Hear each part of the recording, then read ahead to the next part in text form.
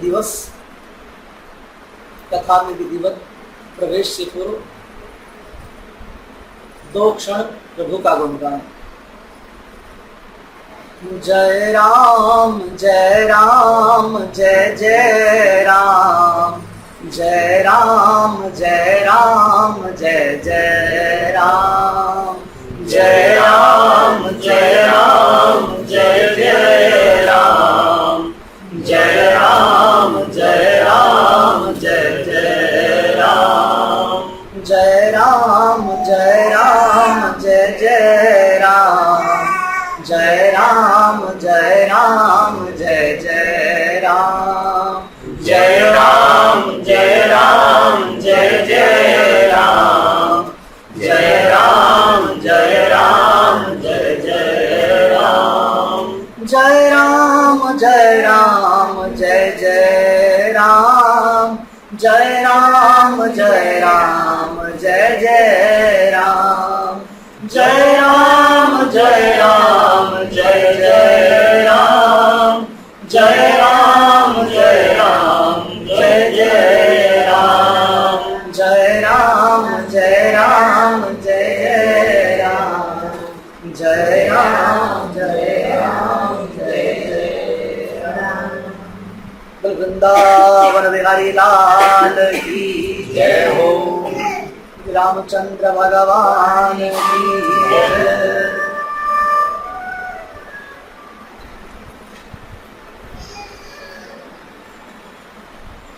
श्रीमद् भागवत सप्ताह ज्ञान यज्ञ का आज हमारा तृतीय दिवस। कल हमने कथा में श्रवण किया कि राजा परीक्षित को किस प्रकार शमीक ऋषि के पुत्र श्रृंगी ने शाप दिया, लंघित मर्यादा तक्षक सप्तमे हनि, कि जिसने भी इस मर्यादा को लांघा है आज से सप्तम दिन तक्षक के काटने से उसकी मृत्यु होगी। कि राजा परीक्षित को जैसे ही भान हुआ तुरंत वैराग्य मन में जाग गया, क्योंकि देखिए वैराग्य मनुष्य के मन में जागता है तो अपनी मृत्यु को लेकर ही जागता है। अन्य भी किसी कारण से जाग सकता है, बहुत से कारण होते हैं। किसी संत की बात या अपनों की लात या अपने जब धोखा दें तब भी मनुष्य के मन में वैराग्य जाग जाता है। इस संसार में हम देखते हैं कि माता पिता ने बच्चों को बड़े परिश्रम से पाला, तो कई बार माता पिता के मन में उनके रूखे स्वभाव को देख कर भी वैराग्य जाग जाता है, लेकिन वो क्षणिक वैराग्य है।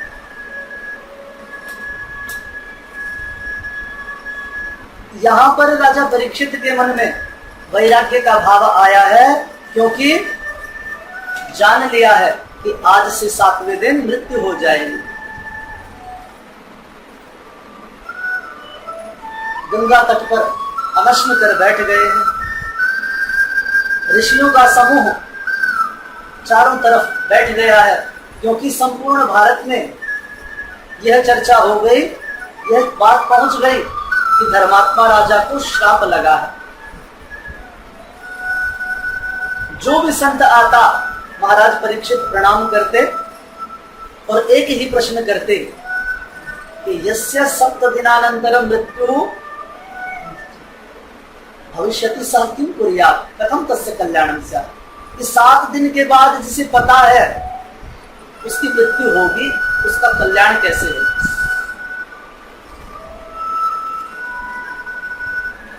तो भगवान शुकदेव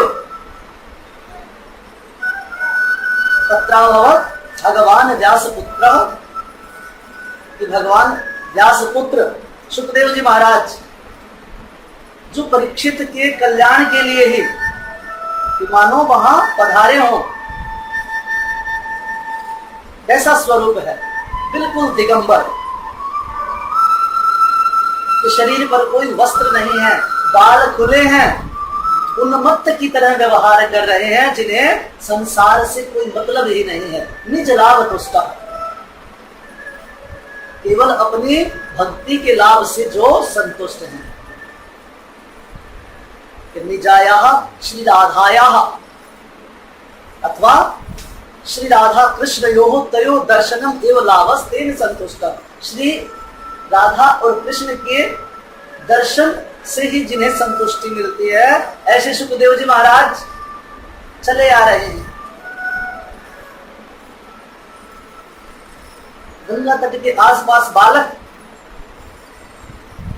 उन्हें देखकर पत्थर फेंक रहे हैं, कुछ लोग उपहास कर रहे हैं, इतना सुंदर रूप है, स्त्रियां देखकर मोहित हो रही हैं, लेकिन इन सब से अनजान परिव्राजक अवधूत महाराज सुखदेव जी चले जा रहे हैं। बालक पत्थर मार रहे हैं, कोई फर्क नहीं पड़ता, वरांगनाएं उन्हें घूर रही हैं, उन्हें कोई फर्क नहीं पड़ता, लोग हंस रहे हैं, उन्हें कोई फर्क नहीं पड़ता। संत का ऐसा ही स्वभाव। सभी पीछे पीछे समूह चल रहा है कि जैसे गांव में आपने देखा हो तो कई बार कोई नई चीज आ जाती है, या कहें कि हाथी ही आ जाता है, तो बालक पीछे पीछे दौड़ते हैं। पागल जानकर सुखदेव जी को उनके पीछे पीछे चल रहे हैं, लेकिन जैसे ही अनशन करते हुए परीक्षित की उस सभा में सुखदेव जी का प्रवेश हुआ, तो देखा कि सारे साधु संत महात्मा जो 10-10 हजार वर्ष की आयु के थे, बड़े वयोवृद्ध महात्मा सभी खड़े हो गए। तो यह देखकर राजा परीक्षित ने भी जान लिया कि यह केवल आकृति से ही बालक लगते हैं, कि वास्तव में यह कोई न कोई अत्यंत विशिष्ट संत महात्मा है, जिन्हें देखकर इतने बड़े बड़े साधु संत खड़े हो गए। राजा ने उठ खड़े होकर प्रणाम किया, दंडवत प्रणाम किया, और जैसे ही बालकों ने, स्त्रियों ने और पीछे आते हुए पुरुषों ने देखा कि महाराज परीक्षित इनको दंडवत कर रहे हैं, तब सभी को ज्ञान हुआ कि हम किनके पीछे आ रहे थे, बालक किनको पत्थर मार रहे थे। सभी दौड़ गए, भाग गए, जैसे ही सुखदेव जी की महिमा को जाना। ये महिमा महत्व जो प्रथम दिन जो महात्म्य बताया जाता है, वह इसीलिए बताया जाता है क्योंकि महात्म्य जानकर हमारा भाव बदल जाता है। बालकों को, स्त्रियों को जैसे ही पता लगा, जो बालक पीछे पीछे आ रहे थे, लोग मजाक उड़ाते हुए साथ साथ चल रहे थे, जैसे ही पता लगा कि अत्यंत विशिष्ट महात्मा है, तो दौड़ गए दो। परीक्षित जिसके पास समय नहीं था,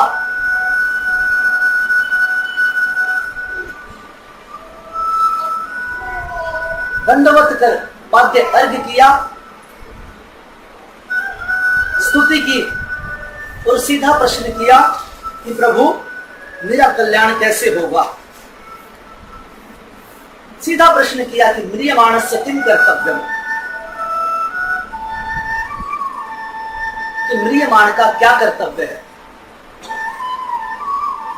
देखिए, अर्घ्य दिया है, आसन दिया है, और जब बैठे हैं तो सबसे पहला प्रश्न किया है म्रियमाणस्य किम कर्तव्यम, कि जिसे मरना है उसका कर्तव्य क्या है। तो सबसे पहले प्रश्न की प्रशंसा की है कि तुम्हारा प्रश्न बड़ा ही सुंदर है परीक्षित, क्योंकि मरना तो सभी को है, या अकेले परीक्षित को तो मरना नहीं है, मरना तो सभी को है। तो वरियान्वेषते प्रश्न तो लोक हितम नृपः, कि तुमने लोक के मंगल के लिए इस प्रश्न को किया है। और इस बात को जान लो, गमनम सुनिश्चितम, कि गमन तो सभी का है। ठीक है, तुम्हें श्राप लगा, लेकिन श्राप न भी लगता तो भी एक दिन जाना तो था ही। तो इस बात को जानते सभी ने जाना है। तो महाराज सुखदेव जी कह रहे हैं, हे राजन, कि यह जीवन लगता बड़ा है लेकिन वास्तव में है बहुत छोटा। क्योंकि अगर हम ध्यान से देखें तो हमारा आधा जीवन तो सोने में ही चला जाता है। कि रात को सो गए, निद्रया ह्रियते नक्तम व्यवायेन चबावयः दिवाचार्ध हेया राजन कुटुंब भरणे नवा। कुछ बाहर के कामों में चला गया, कुछ कुटुंब के भरण में चला गया, तो हमारे पास समय होता ही कितना है। मृत्यु निकट आती दिखती ही है कि यह आ गई। अंत समय जब आता है तब प्रतीत होता है कि हम कितना समय कितनी जल्दी बिता चुके हैं। तेषाम प्रवक्तो निधनम पश्यन्नपि न पश्यति। पर तुम कह रहे हो कि 7 दिनों में तुम्हारी मुक्ति हो सकती है या नहीं, कि क्या हो, कैसे हो। तो इसका समाधान तो पूर्व भी है कि खटवांगो नाम राजर्षि, खटवांग नाम के राजर्षि जिन्होंने जिसने केवल 2 मुहूर्त में ही मोक्ष को साध लिया था, अपनी मुक्ति को पा लिया था। मुहूर्तात् सर्वमुत्सृज्य गत्वान अभयम हरिम। भगवान की शरण में गए थे। तुम्हारे पास तो 7 दिन है। 7 दिन तो बहुत समय है। बोलो वृंदावन बिहारी लाल की जय।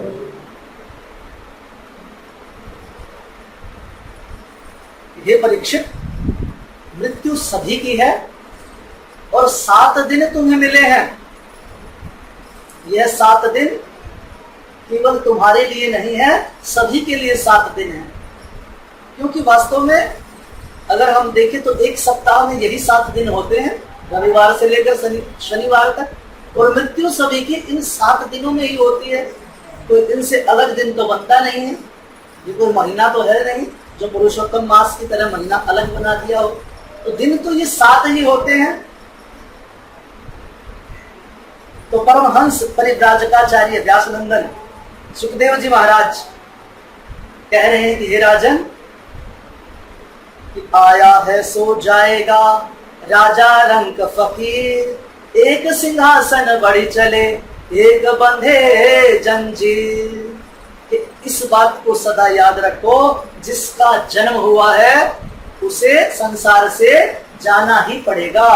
जातस्य ही ध्रुवो जन्म, जिसका जन्म हुआ है उसकी मृत्यु निश्चित है। तो जो भी इस संसार में आया है उसे जाना पड़ेगा। इस बात का सदा स्मरण करो कि जाना सभी को है और सभी जाएंगे।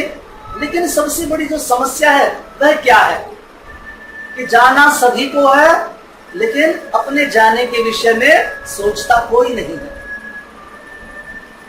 क्यों हम अपने सगे संबंधियों को श्मशान तक छोड़कर आ जाते हैं, लेकिन कभी भी अपनी मृत्यु के विषय में कोई नहीं सोचता। तो सबसे बड़ी विडंबना यही है कि यक्ष ने भी एक बार महाराज युधिष्ठिर से प्रश्न किया था कि संसार का सबसे बड़ा आश्चर्य क्या है। तो वहां भी उन्हें यही उत्तर प्राप्त हुआ था कि महाराज अपने सगे संबंधियों को अपने हाथ से जलाकर आ जाते हैं, लेकिन फिर भी कभी अपने बारे में नहीं सोचते। तो यह दुनिया का सबसे बड़ा आश्चर्य है। और कहीं भी जाना हो, एक सांसारिक यात्रा की बात कीजिए, तो हम तैयारी करते हैं जाने की। जैसे आचार्य जी सब अपने घर से आए तो अनुष्ठान में आने से पूर्व तैयारी की होगी। तो यह यात्रा यहां तक की थी, लेकिन जब इससे पूर्व आप मध्य प्रदेश सतना गए तो तैयारी थोड़ी सी और ज्यादा करनी पड़ेगी। और मान लीजिए अगर हमें इससे भी आगे विदेश में जाना हो तो हमें और ज्यादा तैयारी करनी पड़ती है। पहले से ही पासपोर्ट, वीजा, सारी तैयारियां करनी पड़ती हैं। तो हम लौकिक यात्रा के लिए तैयारी करते हैं, लेकिन पारलौकिक यात्रा के लिए हम कभी भी न तो सोचते हैं न ही तैयारी करते हैं। क्योंकि संसार की यात्रा के लिए तो हमारे पास बहुत साधन है। और आजकल तो नेविगेशन भी बहुत अच्छी चीज है कि आपके घर तक आना था, नेविगेशन लगाए, आराम से आ गए, किसी से पूछने की जरूरत ही नहीं है। या किसी ऐसे स्थान पर जाना है, अपने किसी परिचित को पता है, तो हम मोबाइल से या अन्य भी किसी प्रकार से पूछ सकते हैं। लेकिन यह मोक्ष की यात्रा, यह गत्वान निवर्तन्ते, जहां से जाकर कोई आता नहीं है, वहां ऐसी कोई सुविधा नहीं है। न तो नेविगेशन काम करता है, न मोबाइल काम करता है। ये हम नहीं कर सकते कि दादाजी आप गए थे, वहां सब ठीक है, कैसे आना है, रास्ता कैसा है, क्या ऐसा कोई पूछ सकता है? ऐसी कोई व्यवस्था नहीं है। तो जहां के लिए बहुत सारे साधन हैं, वहां के लिए तो हम पहले से बहुत तैयारी करते हैं। लेकिन जहां के लिए कोई भी साधन नहीं है, कोई बताने वाला नहीं है कि क्या होगा, कैसे जाना है, उस यात्रा के लिए हम कोई तैयारी नहीं करते। तो धर्मानुगो गच्छति जीव एक, जहां पर जीव को अकेले जाना पड़ता है जिस यात्रा पर, उस यात्रा की कोई तैयारी नहीं करता। वृंदावन बिहारी लाल। इसीलिए हे राजन, तस्मात् भारत सर्वात्मा भगवान हरिश्वर श्रोतव्य कीर्तितव्यश्च स्मर्तव्यश्च इच्छता भयम। अगर अभय चाहते हो तो क्या करना होगा? सबसे पहले श्रोतव्य, कीर्तितव्य, स्मर्तव्यश्च। इस संसार से अभय चाहते हो तो भगवान की स्तुतियों का श्रवण करो। सबसे पहले श्रवण। कीर्तितव्य, भगवान की कीर्ति, भगवान की स्तुतियों को निरंतर हृदय में बैठाओ। स्मर्तव्य, निरंतर स्मरण भी भगवान का ही करो, क्योंकि निरंतर स्मरण करने से, श्रवण करने से, उसके गुणों का स्मरण करने से बार बार पुनः पुनः मार्जन जब होता है तो व्यक्ति के हृदय में प्रीति जागती है। श्रवणात् दर्शनात् जायते प्रीति। क्योंकि सामान्य संसार में हम देखते हैं, जब कोई किसी की प्रशंसा करता है तो बार बार जब उसकी प्रशंसा हम कई लोगों के मुख से सुनते हैं तो उसके प्रति हमारे हृदय में अनुराग हो जाता है। या आज के युग में कहें तो बहुत हम देखते हैं कि लोग कहते हैं कि भाई हम उसके फैन हैं। तो जब संसार में सामान्य लोगों के फैन हो सकते हैं तो हम उस परमात्मा की कीर्ति को, स्तुति को, उसकी प्रशंसा को, उसके सत्संग को बार बार सुनेंगे तो हमारे हृदय में प्रीति क्यों नहीं जाएगी? क्योंकि देखिए, मां रुक्मिणी ने जब पत्र लिखा, हम छठे दिन की कथा में इस प्रसंग पर पूरी तरह से चर्चा करेंगे, तो उन्होंने सबसे पहले यही लिखा था कि हे प्रभु, हे ठाकुर, मैंने आपको कभी देखा नहीं है, केवल इन ब्राह्मणों के मुख से सुना है आपके बारे में।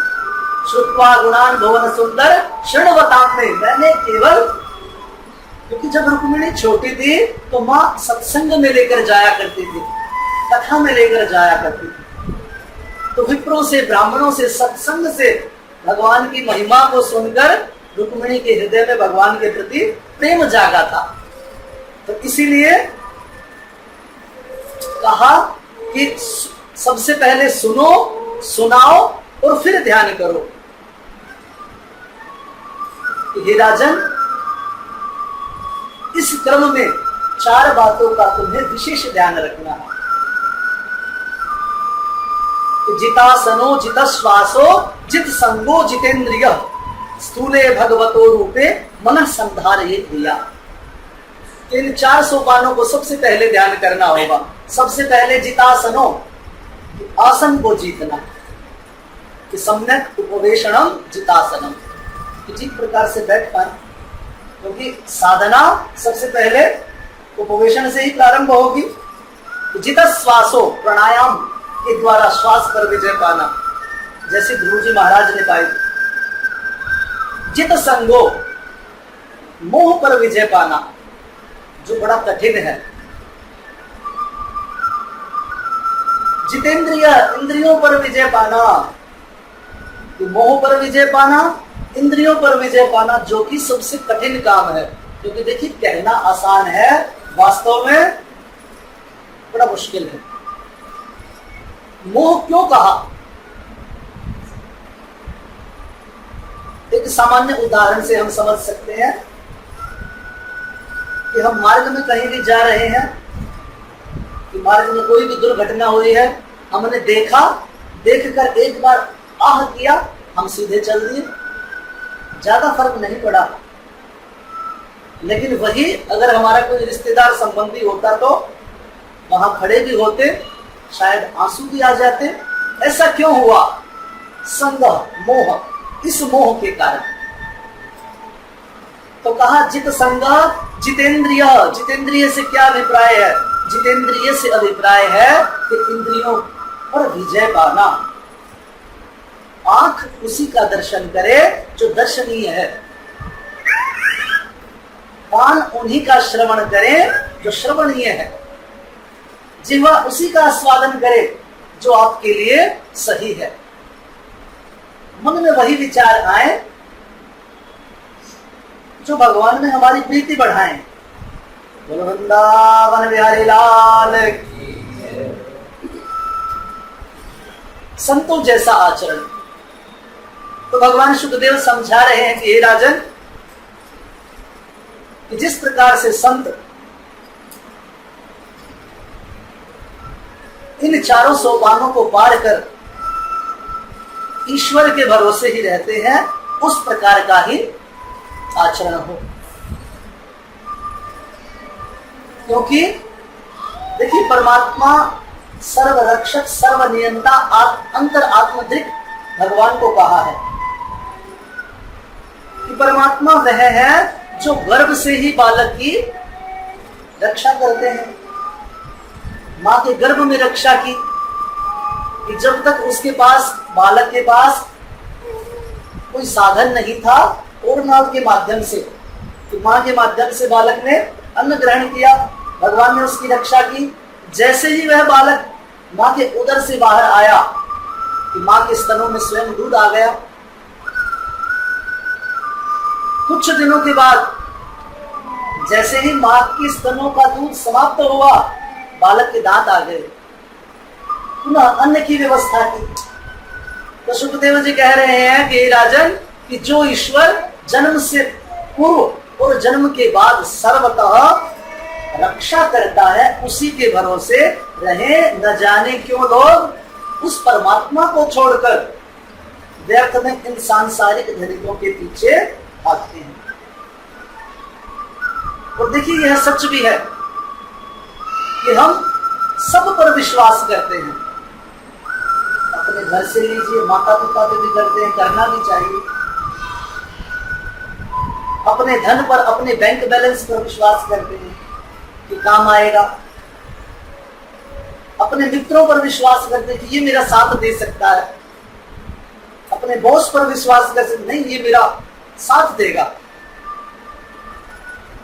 कि हम दूसरों के बल पर विश्वास कर लेते हैं, जैसे दुर्योधन ने किया। दुर्योधन ने युद्ध वास्तव में कर्ण के बल पर लड़ा।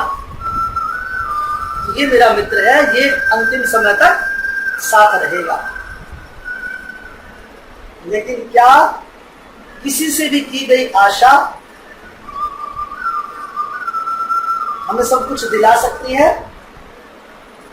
कि हम सब पर विश्वास कर लेते हैं, मित्रों पर, रिश्तेदारों पर, अपने बैंक बैलेंस पर विश्वास नहीं करते, उस परमात्मा पर कि जिसने जन्म से पूर्व हमारी सारी व्यवस्था की है और जन्म के बाद तक हमारा सब कुछ सही चलाया है। हम उस दयालु परमात्मा को छोड़कर संसार में जितने भी लोग हैं सब पर विश्वास कर लेते हैं। इसीलिए कहा कि हे राजन, आशा केवल ईश्वर से, अब से नहीं, प्राचीन काल से ही यह व्यवस्था है। कि हमने दुर्योधन का उदाहरण दिया, यह तो एक छोटा सा उदाहरण था, कर्ण का ही नहीं। दुर्योधन को यह भी अभिमान था कि मेरे पास भीष्म पितामह है, कहां जाएंगे, द्रोण है, कहां जाएंगे? कि ये सारे मर गए, फिर भी आशा नहीं छोड़ी। क्या किया? शल्य को लड़ने के लिए भेज दिया। ये नहीं सोचा कि कर्ण जैसा योद्धा मारा गया, कि भीष्म जैसे धुरंधर नहीं टिक पाए, द्रोण चले गए, तो यह शल्य क्या लड़ाई लड़ेगा? आशा नहीं छोड़ी। कि हते भीष्मे गते द्रोणे कर्णे च विनिपातिते आशा बलवती राजन शल्यो जेष्यति पांडव। शल्य को भेज दिया, यह एक छोटा सा योद्धा लड़ेगा। तो यही आशा हमारे अंदर है कि इस आशा को संसार से हटाकर भगवान में लगाना पड़ेगा। लेकिन समस्या यही है, हम नहीं लगा पाते अंत समय तक। अवस्था जर्जर हो जाती है, लेकिन फिर भी हम आशा करने नहीं छोड़ते, अपने परिवार की चिंता करना नहीं छोड़ते। तो बूढ़ी अम्मा अंत तक सोचती है, न जाने क्या कर दूं, क्या दे दूं परिवार को। कभी भी मन में ये नहीं आता मैंने आज तक जितना दिया है क्या वो पर्याप्त नहीं है? यह हर मनुष्य की स्थिति है कि आदमी बूढ़ा हो जाता है, अंग जर्जर हो जाते हैं, मुंह के दांत नहीं रहते, पेट में आंत नहीं रहती, लेकिन फिर भी लगा रहता है। अंगम गलितम पलितम मुंडम दशन विहीनम जातम तुंडम वृद्धो याति गृहीत्वा दंडम। हाथ में डंडा आ गया, लेकिन फिर भी आशा नहीं छोड़ी। तदपि न मुच्यति आशा पिंडम। इसलिए संत कहते हैं भज गोविंदम गोविंदम भज मूढ़मते, कि हे मूढ़मती अब तो गोविंद का भजन कर। यत् गत्वा न निवर्तन्ते तत् धाम परमं मम। ईश्वर का वह धाम जहां से मुक्ति पाकर कोई लौटता नहीं है, उसकी तरफ ध्यान करो, उसकी तरफ चलो। यहां पर परीक्षित को भगवान शिवदेव विविध मार्ग बताते हैं कि अन्न चाहिए तो अदिति की पूजा करो, रूप चाहिए तो गंधर्व की पूजा करो, सुंदर पत्नी चाहिए तो उर्वशी की पूजा करो, पति पत्नी का झगड़ा होता हो तो मां पार्वती की पूजा करो, विद्या चाहिए तो भगवान शंकर को भजो, और कुछ नहीं चाहिए या सब कुछ चाहिए तो भगवान विष्णु की पूजा करो। क्योंकि कहते हैं मूलम ही विष्णु देवानाम यत्र धर्म सनातन, कि भगवान विष्णु की, इस ठाकुर की पूजा अगर हम करते हैं तो सभी की पूजा इन्हीं के साथ हो जाती है। कहते हैं कि जिससे अपश्यन अपि पश्यन्यो भवति, कि न देखा हुआ भी देखा हुआ हो जाए, न सुना हुआ भी सुना हुआ हो जाए, अज्ञातम अपि ज्ञातम भवति। इसीलिए अगर ठाकुर को एक बार प्रणाम भी कर लिया जाए तो कहते हैं सर्वदेव नमस्कार ये शुभम प्रतिगच्छति, कि चाहे आपने किसी भी देवता को प्रणाम किया है वह जाना भगवान के पास ही है, ठाकुर के पास ही है, श्री कृष्ण के पास ही है। वृंदावन बिहारी लाल। परीक्षित ने यहाँ पर सृष्टि की रचना के विषय में प्रश्न किया है कि कथमयम संसार, यह संसार कैसे हुआ? क्योंकि कल चारों ने मना कर दिया, महाराज हमारे उसका यह कार्य नहीं है, हम यहाँ पर भगवान का भजन करने के लिए आए हैं, ये सृष्टि उत्पन्न करना ये काम हमसे नहीं होगा। अपने लक्ष्य को ध्यान में रखा। ब्रह्मा जी को क्रोध आया, क्रोध से भगवान रुद्र पैदा हुए, तो रुद्र को ब्रह्मा जी ने आदेश दिया कि सृष्टि उत्पन्न करो, तो कहा ठीक है। उन्होंने जब सृष्टि उत्पन्न की तो भूत पिशाच किन्नर जितने भी शंकर जी के गण हैं उनको उत्पन्न कर दिया। ब्रह्मा जी ने देखा कि एक ने सृष्टि प्रक्रिया को बढ़ाने से मना कर दिया, दूसरे ने किया तो ऐसी सृष्टि को कर दिया, तो रोका। कि बस ऐसी सृष्टि नहीं चाहिए।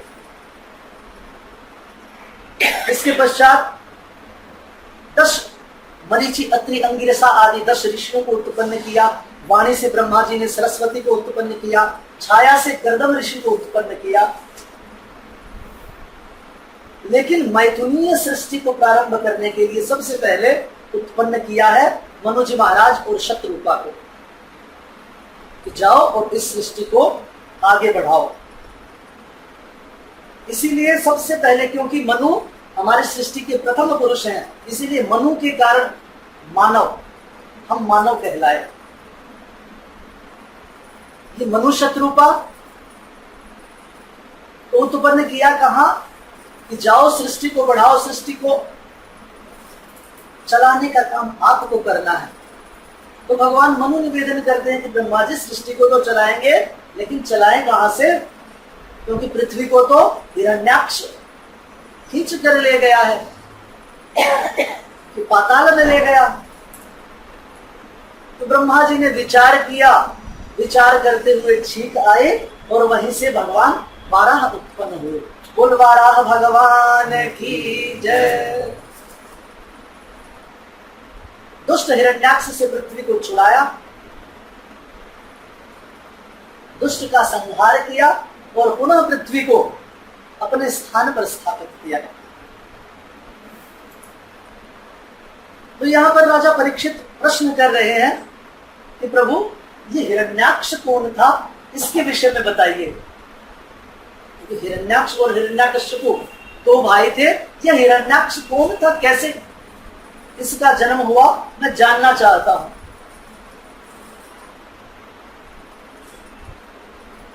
भगवान शुकदेव कह रहे हैं कि हे राजन, यह कश्यप और दिति का पुत्र था। ये एक बार कश्यप जी महाराज, जिनकी 2 पत्नियां थी, दिति और अदिति। दिति असुरों की माता और अदिति देवताओं की मां।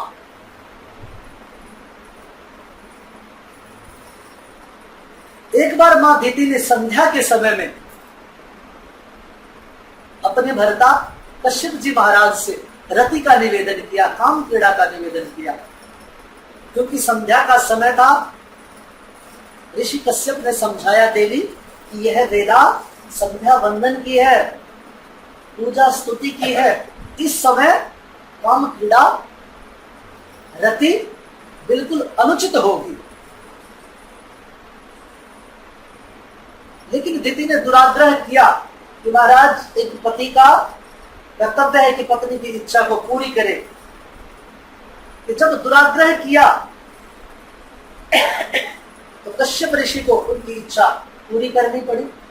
लेकिन जैसे ही इस क्रम से हटे तो दिति के मन में बड़ा पश्चाताप हुआ, ग्लानि हुई कि संध्या का समय था, मैंने ऐसे समय में अपने पति को गलत कार्य के लिए, अनुचित के लिए विवश किया, क्षमा याचना की।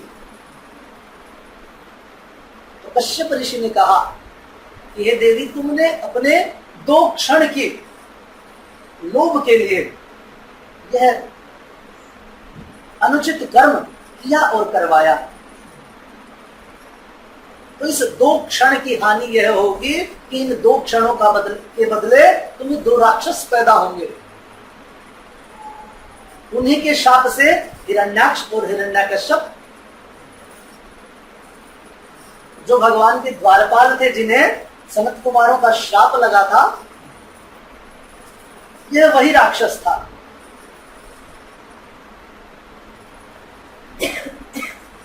राजा परीक्षित इस प्रकार प्रश्न कर रहे हैं और यहां पर भगवान सुखदेव मनु शत्रुपा की पूरी वंश वर्णावली का वर्णन कर रहे हैं कि यहां पर हिरण्याक्ष वध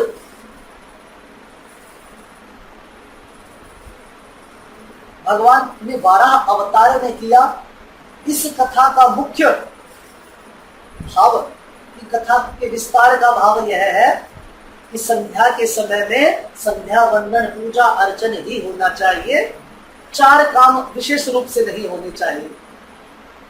कि चत्वारि मानि कार्याणि संध्यायाम परिवर्जयेत्, ये 4 काम अवश्य नहीं होने चाहिए। कौन कौन से 4 काम? आहारम मैथुनम निद्राम स्वाध्यायम च चतुर्विधम। आहार नहीं करना चाहिए, भोजन नहीं लेना चाहिए। अगर भोजन किया तो अपच होगा, पचेगा नहीं। निद्राम, सोना भी नहीं चाहिए, अगर सोए तो दुस्वप्न होगा। मैथुनम, की काम क्रीड़ा भी नहीं करनी चाहिए, अगर वह की तो दुष्ट संतान उत्पन्न होगी। और अंत में का स्वाध्याय भी नहीं करना चाहिए, तो कहा महाराज ऐसे समय में बालक क्या करें? तो बालकों को यह समय खेल के लिए, खेलें, कुछ भी करें, बहुत कार्य हैं, लेकिन यह 4 काम संध्या की वेला में न करें। बोल वृंदावन बिहारी लाल की। इन्हीं मनुष्य रूपा की 5 संतान हुई, 3 पुत्रियां,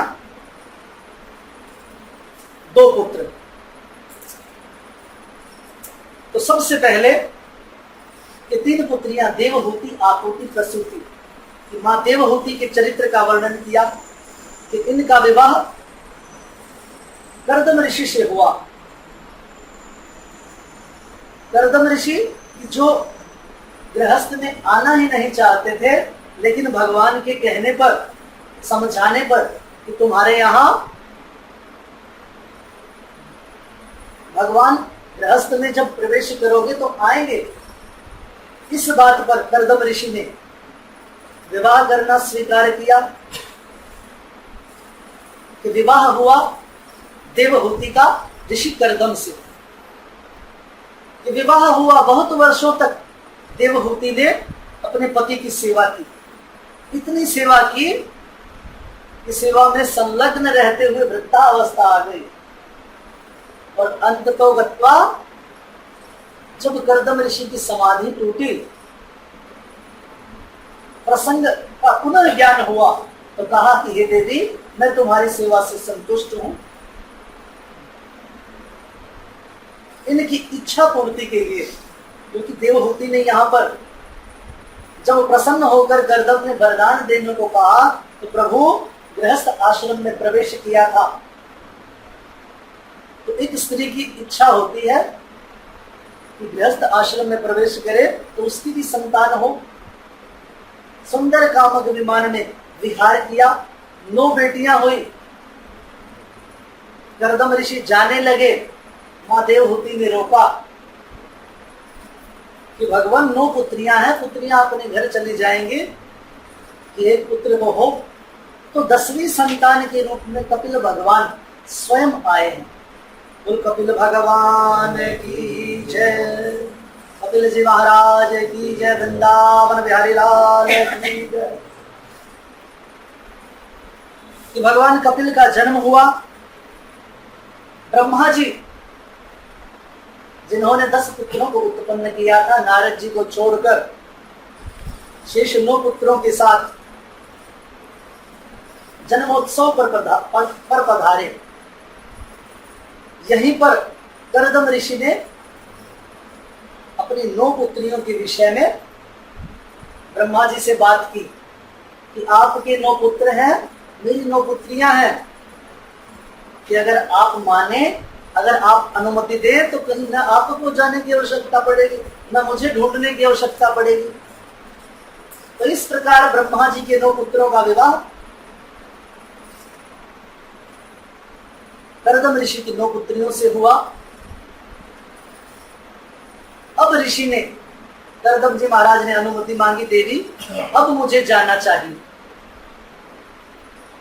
कर्दम ऋषि सन्यास की तरफ चले गए। मां देवहूति अब भगवान कपिल के साथ रह रहे हैं। एक दिन मन में बड़ी शंकाएं उत्पन्न हुई, क्योंकि मां देवहूति स्वयं भी जानती है कि कपिल साक्षात ईश्वर है।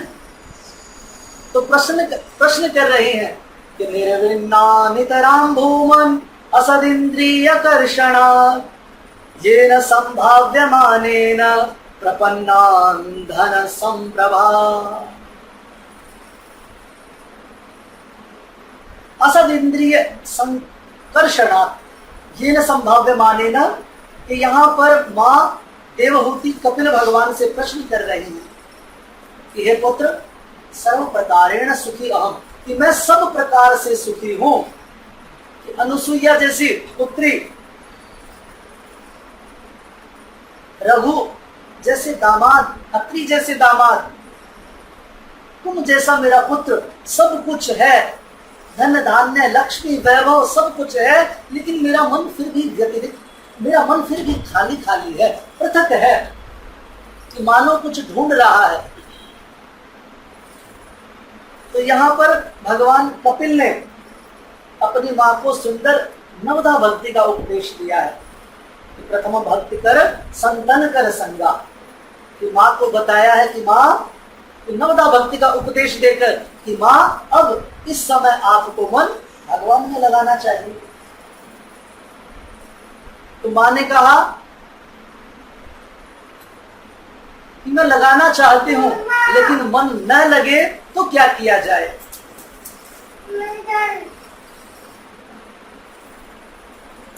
माँ इस मन को अवश्य ही लगाओ भगवान में, लेकिन न लगे तो क्या किया जाए। न लगे तो जिनका मन लगा हुआ है उनमें लगाओ, अर्थात जो संत ब्राह्मण देवता जो भगवान के नजदीक हैं उनके चरणों की सेवा करो, उन संतों में मन को लगाओ। इसलिए कबीरदास कहते भी हैं कि संतन के संग लाग रे तेरी बिगड़ी बनेगी, कि उन संतों से मन लगाओ अगर मन नहीं लगे तो। क्योंकि सारा सुख दुख यह मन का ही विषय है। इस मन को समझा लिया तो जिस मन में आप बंधन को समझ रही है, बंधन मुक्त हो जाओगी। मन एवं मनुष्याणाम कारणम बंध मोक्षयो, बंधन हो या मोक्ष यह मन ही प्रमुख कारण है। इसीलिए गोस्वामी तुलसीदास बार बार अपने मन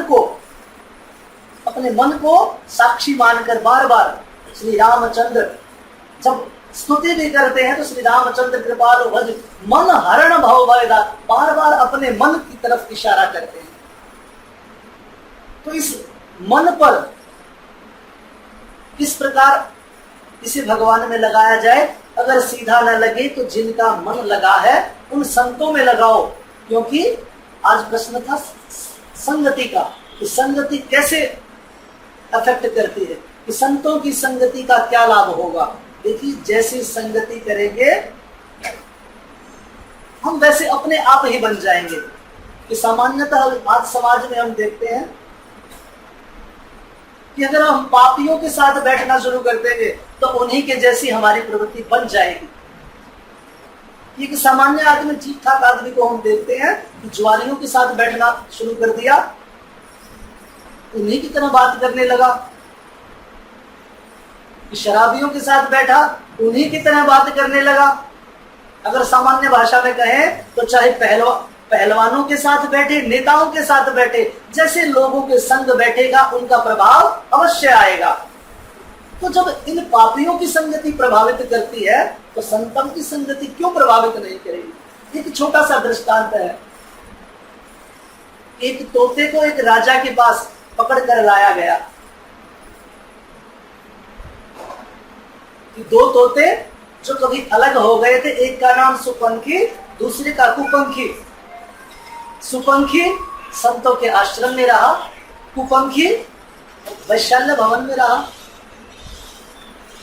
तो एक दिन सुपंखी को पकड़ कर लाया गया। तो जब ओम नाम का उच्चारण किया, भगवान के भजन किए, सुने, जब राजा के पास लाया गया, राजा बड़ा प्रसन्न हुआ, कहा इसे मेरे भवन में ही रख लो। संयोग से अगले दिन उसी के भाई को जो वैशाल्य भवन में वास करता था उसे भी लाया गया। वह देखते ही, राजा को देखते ही मारने काटने की बात करने लगा, इसे पकड़ो मारो। तो राजा के मन में बड़ा ही क्षोभ उत्पन्न हुआ कि यह क्या है, इसे मारा जाए। तो इस बात को सुपंखी जो कि राजा के भवन में था वह सुन रहा था। तो राजा को रोका, हे राजन ऐसा मत करो, सुनो रुको, कि ऐसा मत करो। तो दोनों के विषय में सुपंखी ने बताया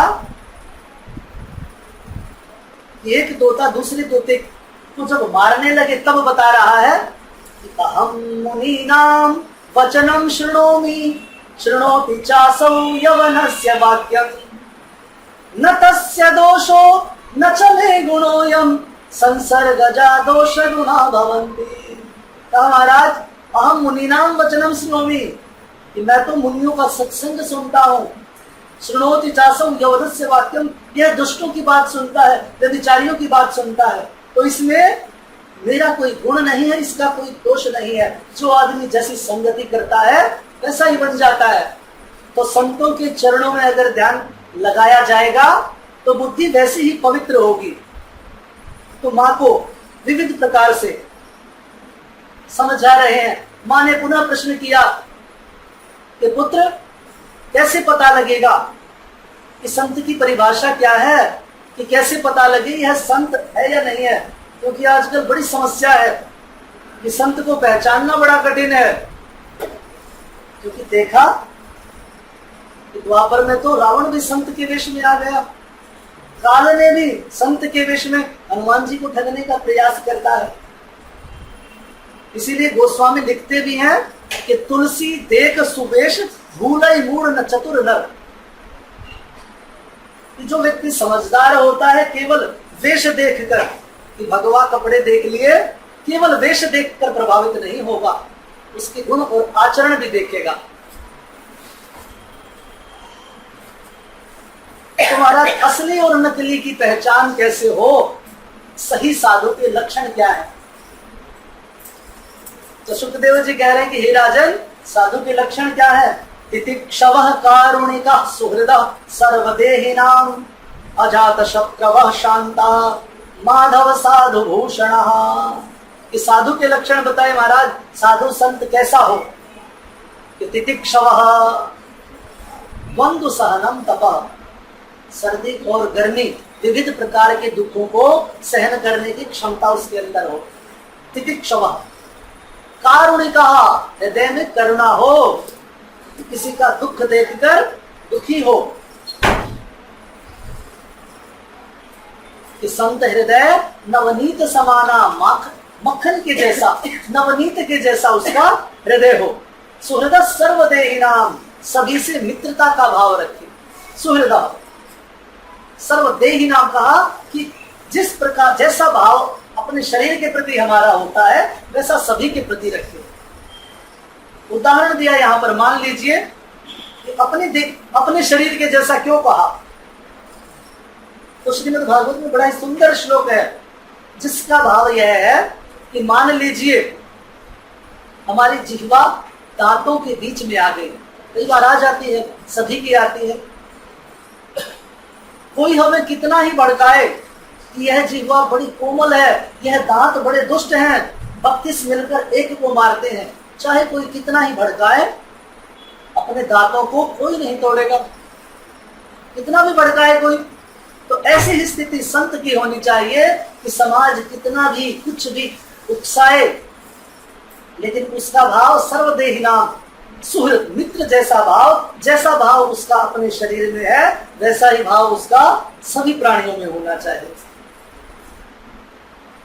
अजात शत्रु, चौथा बताया उसका कोई शत्रु न हो।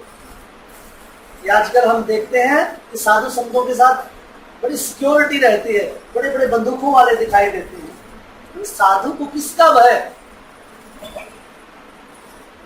जो सरल साधु हैं उन्हें सुरक्षा की क्या आवश्यकता? जैसे हमारे यहाँ लघु काशी में हमारे वेदनाथ जी महाराज हैं, कभी किसी प्रकार की सुरक्षा का कोई भाव ही नहीं है।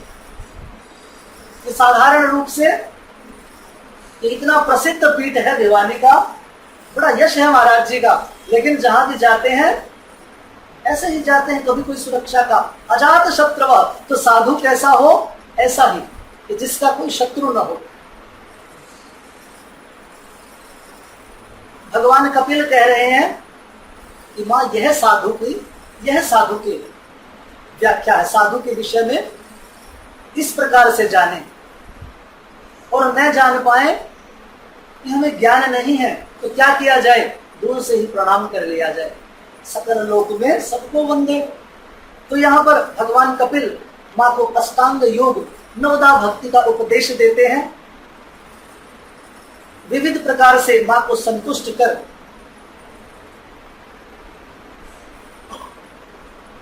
माँ को प्रयाण की तरफ और स्वयं अपने लक्ष्य की तरफ अग्रसर होते हैं। प्रसिद्ध स्थान का नाम हुआ गंगा सागर। बोल कपिल देव भगवान की जय।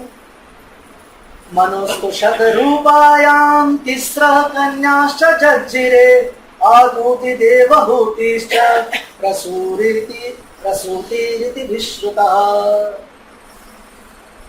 ये 3 कन्याएं जो बताई, सबसे पहले देवहूति के विषय में बताया, अब आकुति के विषय में बताया।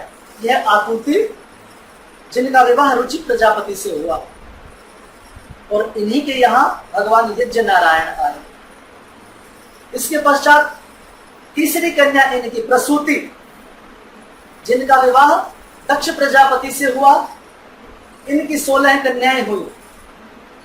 इन 16 कन्याओं में से 13 कन्याएं धर्म को, एक अग्नि को, एक पितरों को और एक सती, जिनका विवाह भगवान भोलेनाथ से हुआ। तो यहां पर राजा परीक्षित प्रश्न कर रहे हैं कि हे प्रभु, कि मैंने सुना है कि इस दक्ष प्रजापति ने अपने दामाद भगवान शंकर से द्रोह किया, क्यों किया? तो जब यह प्रश्न किया तो सुखदेव जी महाराज कह रहे हैं कि हे राजन, कि यह बात उस समय की है जब दक्ष प्रजापति को प्रजापति की उपाधि से विभूषित किया गया था, बड़ा पद दिया गया। और कहते हैं कि जब व्यक्ति को पद मिलता है तो उस पद के साथ साथ मद अपने आप आ ही जाता है। मद अर्थात अभिमान। जब तक कोई पद नहीं मिलता, कुछ नहीं होता। जैसे अब अगर आज के दिन देखें, अगर नेताओं में देखें तो विपक्षी जितने भी नेता हैं, आज उनके पास कोई पद नहीं है। आज आप उनके पास जाइए, बड़े अच्छे ढंग से बात करेंगे, बहुत अच्छे से, आओ भगत भी होगी, सारी बात होगी। लेकिन जैसे ही पद आ जाएगा, उनके घर में एंट्री बड़ी मुश्किल हो जाएगी। तो कहते हैं कि पद जब आता है तो मद को, अभिमान को अपने आप ले आता है।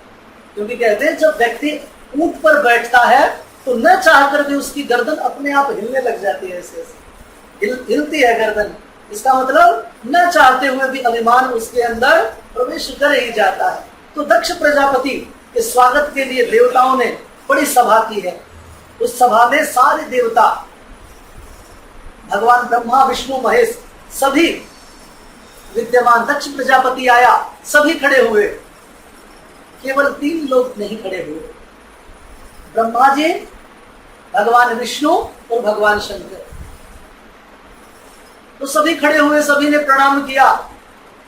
उनकी तरफ ध्यान नहीं गया, केवल उन लोगों की तरफ ध्यान गया जो बैठे हुए थे। क्योंकि दुष्ट का ऐसा स्वभाव होता है कि जो प्रणाम करेंगे उनकी तरफ ध्यान नहीं जाएगा। 1000 लोग प्रणाम करेंगे, उनकी तरफ ध्यान नहीं जाएगा। एक आदमी जो नहीं करेगा उसकी तरफ विशेषकर ध्यान जाएगा कि इन सभी ने प्रणाम किया, इसने क्यों नहीं किया?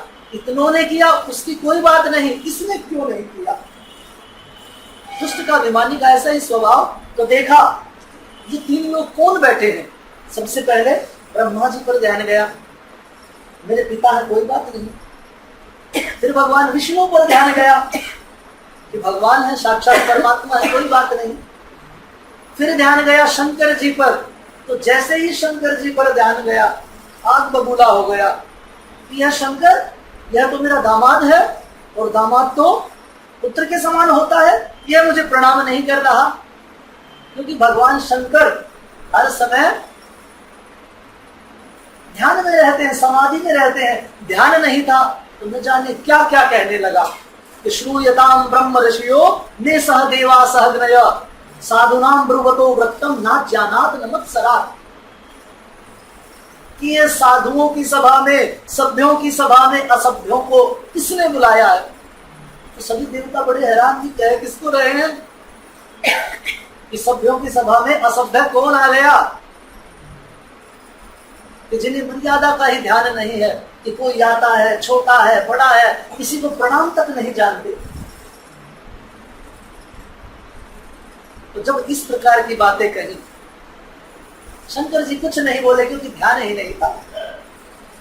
फिर और जितने कह सकते थे खूब कही। प्रेतावासेषु घोरेषु, कि प्रेतों में, भूतों के साथ जो रहता है उसमें सभ्यता कहाँ आएगी। बात शंकर जी को प्रत्यक्ष रूप से कहने लगे कि यहां तक कहा कि इस मृग शावा, कि मैंने अपनी मृग नयनी पुत्री को इस कहा मरकट लोचनाम, इस भगवान शंकर को वानर जैसे मुख वाला तक कहा, इस बंदर जैसे मुख के साथ मैंने अपनी मृग नयनी पुत्री का विवाह किया। लेकिन यह मुझे प्रणाम तक करना जरूरी नहीं समझता। कि जब इस प्रकार की बातें कही तो भगवान शंकर के गणों को क्रोध आ गया। बड़ा आपस में वाद विवाद हुआ। भृगु जी जो दक्ष प्रजापति के पक्ष में थे, आपस में बड़े वाद विवाद श्राप हुए। भगवान शंकर ने बात को शांत किया, बात समाप्त हुई। तो आज वही दक्ष प्रजापति भगवान शंकर को नीचा दिखाने के लिए बहुत बड़े यज्ञ का आयोजन कर रहा है। राजा परीक्षित को बता रहे हैं कि सुखदेव जी, हे राजन, कि किस प्रकार से द्रोह की भावना उत्पन्न हुई। आज वही भगवान शंकर कर रहा है। देखिए, अनुष्ठान होना चाहिए, भगवान की भक्ति के कार्यक्रम, सत्संग खूब होने चाहिए, लेकिन इस भाव से नहीं कि भाई हमारे भ्राता जी श्री कृष्ण शास्त्री जी इस सुंदर कथा का आयोजन करा रहे हैं, हमें इनसे बड़ा कार्यक्रम करना है। इस भाव से नहीं होना चाहिए कि आप कार्यक्रम करें, भक्ति भाव से करें, तो हृदय में श्रद्धा है तो करें, लेकिन किसी दूसरे को नीचा दिखाने के लिए कभी नहीं। तो यहाँ पर यह अनुष्ठान केवल शंकर जी को नीचा दिखाने के लिए किया जा रहा है। और भगवान शंकर का स्वभाव कैसा है कि इतनी बड़ी बात हुई, आकर पत्नी को कहा तक नहीं, माता सती को बताया तक नहीं कि ऐसा प्रसंग हुआ। अन्यथा अगर आज का विषय होता, आज का जमाना होता, तो महाराज अगर आदमी को ससुराल में जाकर चाय के साथ बिस्किट रखना भी भूल जाए तो कई दिन तक पत्नी को ताने सुनने पड़ते हैं कि तेरे घर वाले तो ऐसे हैं, इतना सम्मान भी नहीं जानते। भगवान शंकर के साथ इतना बुरा हुआ तो कैसी कैसी बातें कही, लेकिन शंकर जी ने कुछ भी बताना जरूरी नहीं समझा। आज हरिद्वार के कनखल में इतने बड़े यज्ञ का आयोजन दक्ष प्रजापति कर रहे हैं।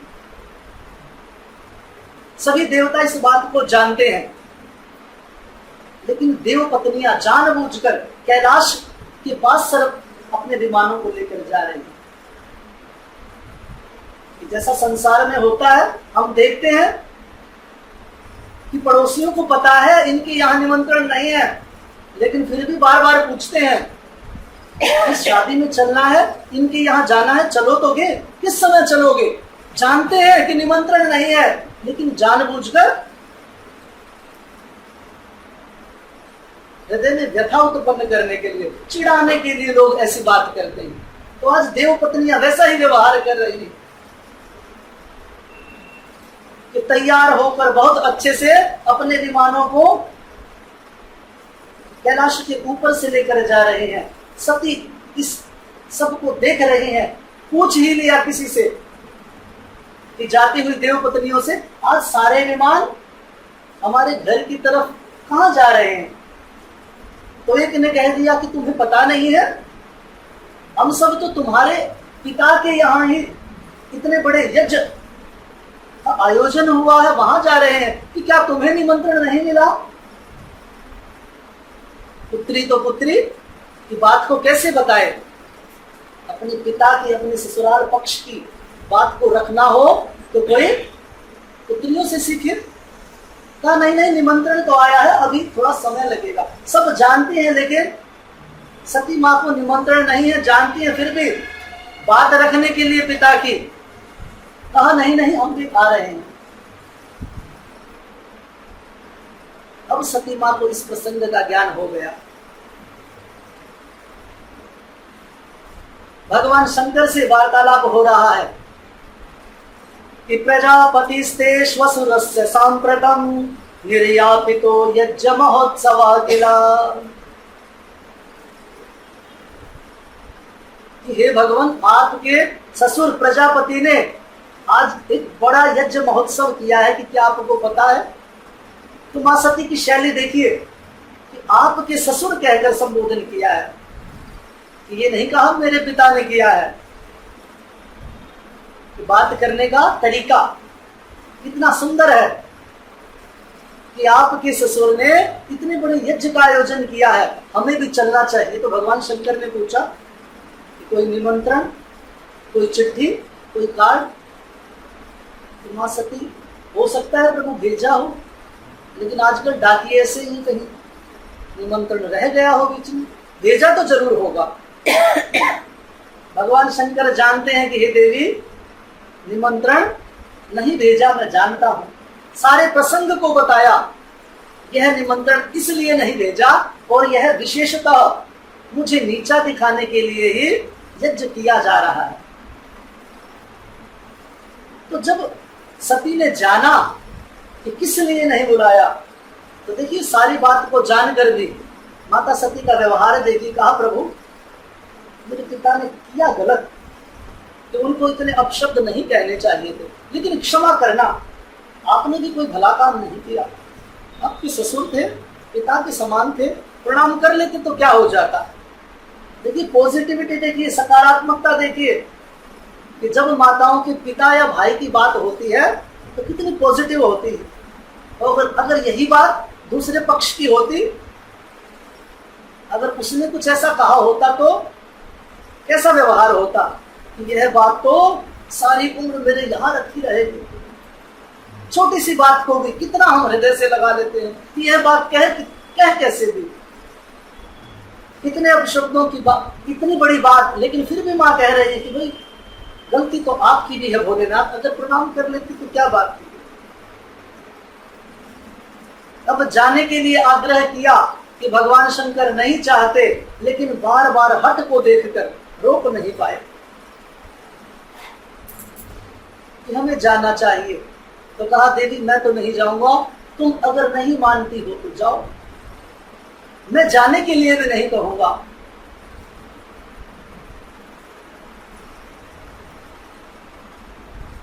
सती मां की आंखें लाल हो गई, चेहरा उतर गया कि जैसे किसी स्त्री को उसको घर जाने से रोको और उसकी मुख मुद्रा तुरंत बदल जाए, वही भाव मां सती के मुख पर आज आया है।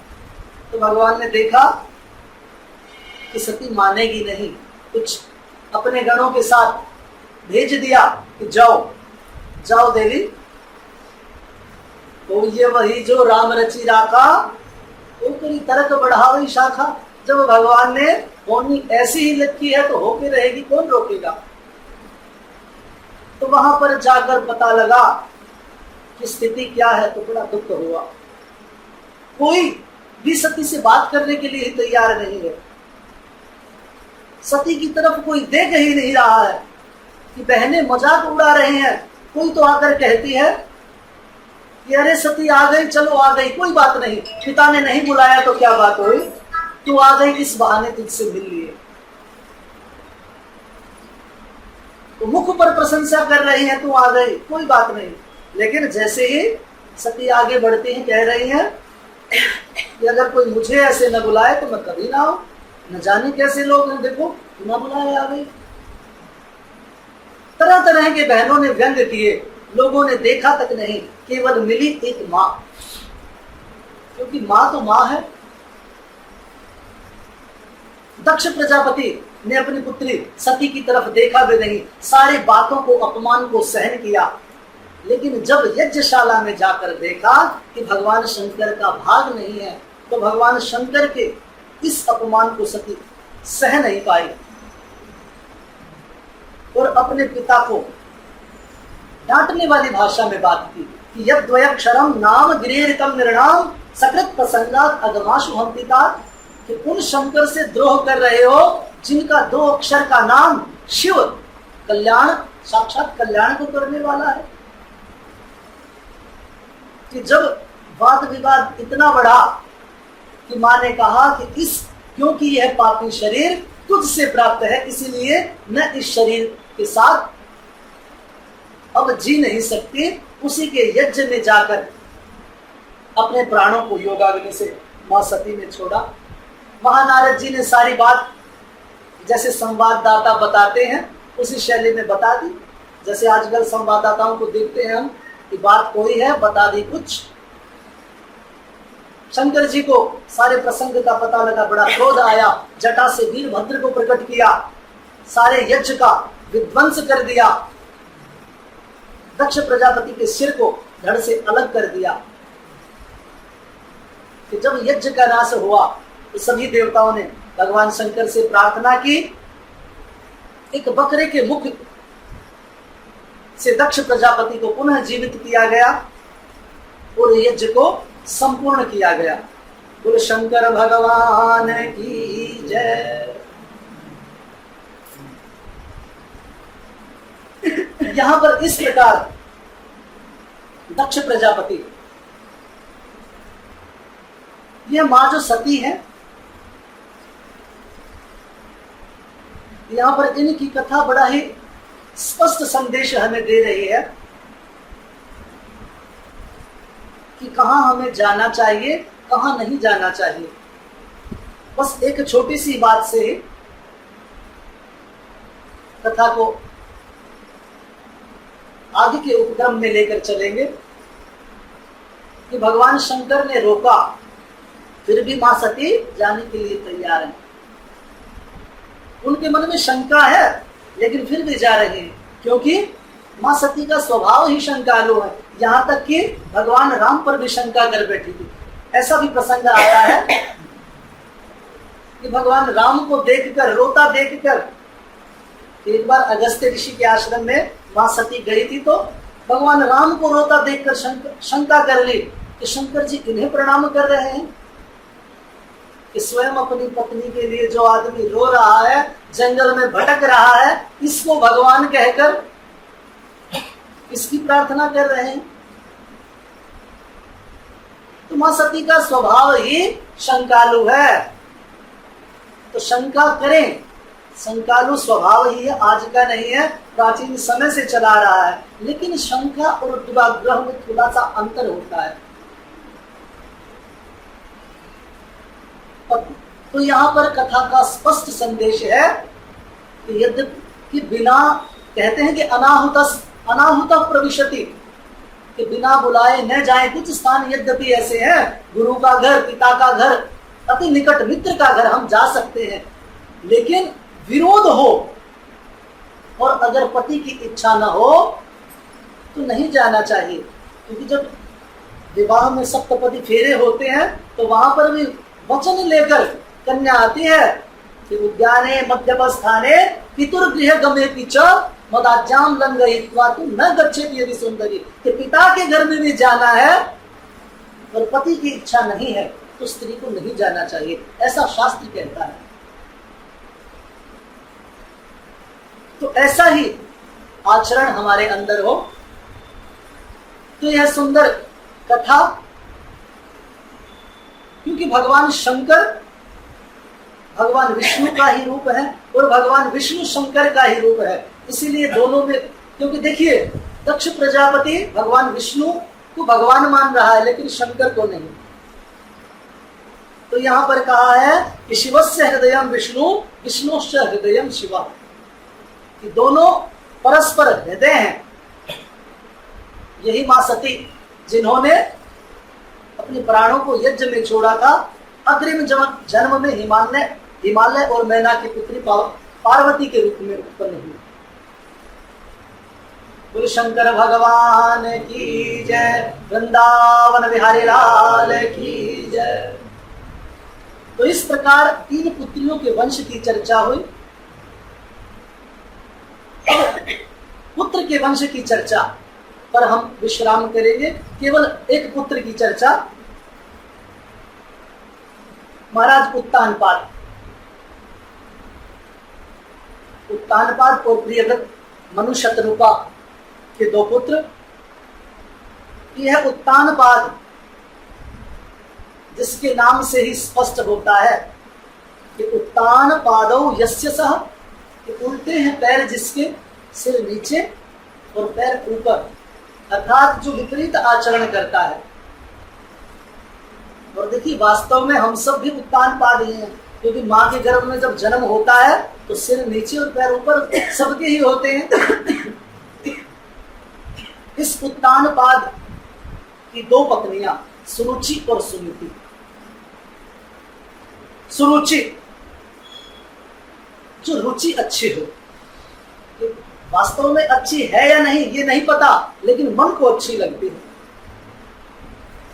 भाई खाद्य पदार्थ है, पता नहीं सेहत के लिए ठीक है या नहीं, लेकिन देखते ही मन करता है आ जाए। ये अच्छी अच्छी जलेबियां रखी हैं, रसगुल्ले रखे हैं, पता नहीं कि शुगर है, खाते ही पता है नुकसान होगा, लेकिन रुचि है कि जो रुचि में अच्छी है। दूसरी सुनीति, जो नीति अच्छी है, जो वास्तव में सही नीति बताने वाली है। 2 पत्नियां सुरुचि और सुनीति, जैसा नाम वैसा ही काम। सुरुचि प्रेयसी पत्नी, सुरुचि प्रेयसी थी, सुनीति क्योंकि सुंदर थी। सुनीति यद्यपि सुंदर नहीं थी, लेकिन बात हमेशा नीति की करती। और देखिए प्रायशः ऐसा होता है कि जो चीजें हमें अच्छी नहीं लगती, शास्त्र सम्मत होती हैं, यद्यपि हमारे मन को अच्छी नहीं लगती, लेकिन वह हमारे लिए वास्तव में अच्छी होती है। कड़वी दवाई किसको अच्छी लगती है? किसी को अच्छी नहीं लगती, लेकिन लेनी पड़ती है अगर स्वास्थ्य अच्छा करना है। 2 पत्नियां सुनीति और सुरुचि, दोनों में कोई सामंजस्य नहीं, दोनों एक दूसरे के विपरीत। सुरुचि को अपने महल में रखा है, सुनीति को घर से बाहर रखा है। सुरुचि का एक पुत्र है उत्तम और सुनीति के पुत्र है ध्रुव जी महाराज।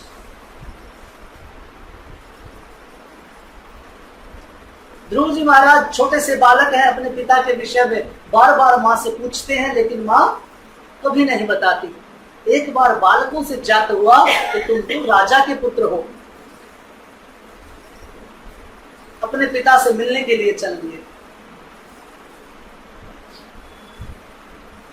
तो जैसे ही बालक का प्रवेश राजभवन में हुआ, कुछ अमात्यों ने, कुछ मंत्रियों ने बता दिया महाराज यह तो आपके पुत्र हैं।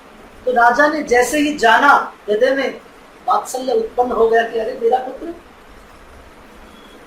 लेकिन सामने से आती हुई सुरुचि पत्नी को देख लिया। पत्नी को देखकर बोले नहीं, चुपचाप बैठे रहे।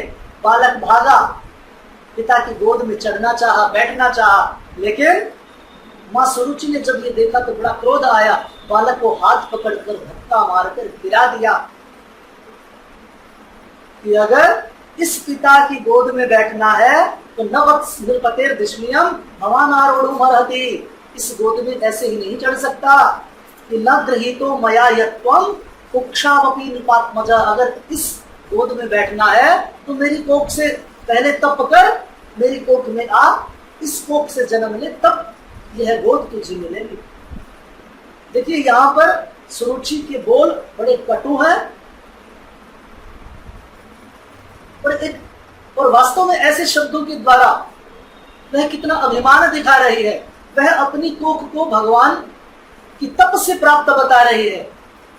यानी उसकी गोद, राजा की गोद और सुरुचि का गर्भ तो तब से मिलेगा, इतना बड़ा पद, कि ऐसा अभिमान वो दिखा रहे हैं कि बालक बड़ा दुखी हुआ, रोया, माँ को सारी बात बताई कि माँ चाहती, सुनती, जानती थी कि पुत्र के साथ ऐसा ही व्यवहार होगा, इसीलिए कभी बताया नहीं।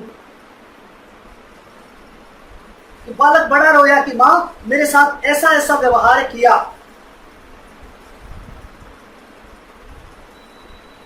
कि आपको दुर्भाग्य नहीं बताया।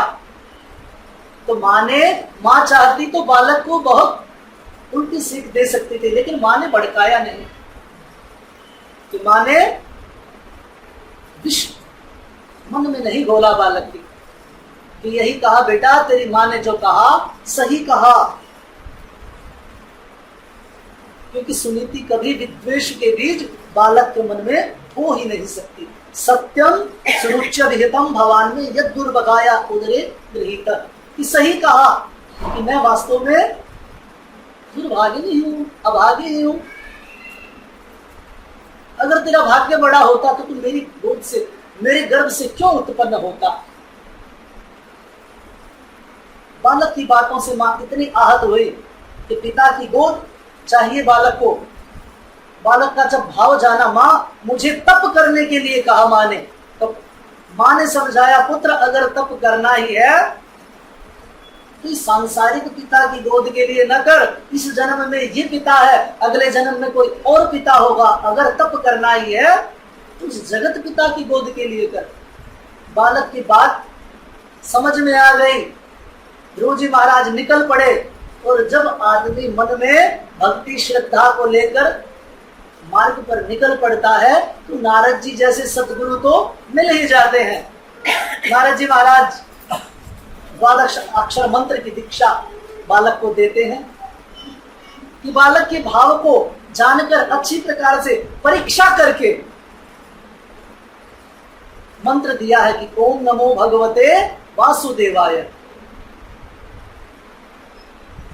कि जब बालक को दृढ़ निश्चय देखा तो अहो तेज क्षत्रियाणाम कहना पड़ा नारद जी को। क्षत्रियों का तेज कितना अद्भुत है इस बालक में। ध्रुव जी महाराज तप में लग गए, बड़ा कठोर तप किया। एक दिन में कभी कंदमूल फल खाए, पत्ते खाए, फिर थोड़ा सा पानी पीना प्रारंभ कर दिया। अंत में केवल वायु के सहारे रहे और अंत में तो वायु को भी रोक दिया। जब तप इतना बड़ा तो भगवान को आना पड़ा। भगवान बालक के हृदय में प्रकट हुए, क्योंकि ध्रुव जी महाराज आंखें खोल ही नहीं रहे थे, इसलिए पहले भगवान ने हृदय में प्रवेश किया और हृदय में प्रवेश करके फिर अपनी छवि को जब हटाया तो जैसे ही छवि हृदय से हटी, बालक छटपटाया, आंखें खोली तो भगवान को सामने पाया। ध्रुव जी महाराज ने साष्टांग प्रणाम किया,